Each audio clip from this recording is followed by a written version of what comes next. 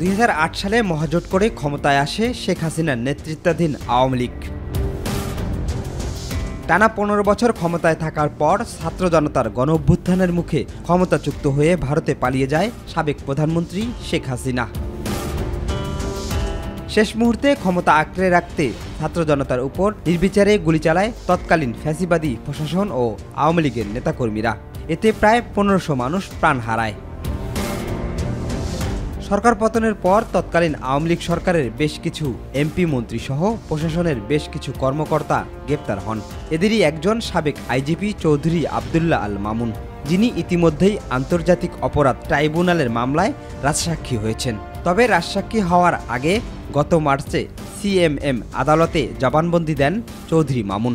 সেখানে উঠে আসে আওয়ামী লীগের 15 বছরের নানা অপকর্মের ইতিহাস। জবানবন্দিতে চৌধুরী আবদুল্লাহ আল মামুন বলেন, গুম, নির্যাতন, ক্রসফায়ারের সিরিয়াস নির্দেশনা আসত প্রধানমন্ত্রীর দপ্তর থেকে। নির্দেশনা দিতেন সামরিক উপদেষ্টা তারেক সিদ্দিকীও। অ্যাসাইনমেন্ট বাস্তবায়নে কাজ করত বিভিন্ন বাহিনীর গোয়েন্দা সংস্থা।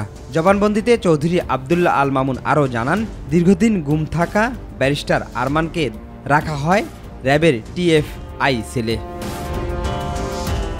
মামুনের স্বীকারোক্তিতে উঠে আসে 2018 সালের বিতর্কিত নির্বাচনের বিষয়টি। চৌধুরী মামুন বলেন, 2018 সালের নির্বাচনের রাতেই ব্যালট বক্স ভরে রাখার আইডিয়া ছিল তৎকালীন আইজিপি জাবেদ পাটোয়ারির। সরকারের পক্ষ থেকে দেওয়া হয় মাঠ পর্যায়ে বাস্তবায়নের নির্দেশনাও। বাস্তবায়ন ও সহযোগিতায় যুক্ত করা হয় ডিসি, ইউনো, এসিল্যান্ড, পুলিশ সহ আওয়ামী লীগের নেতাকর্মীদের।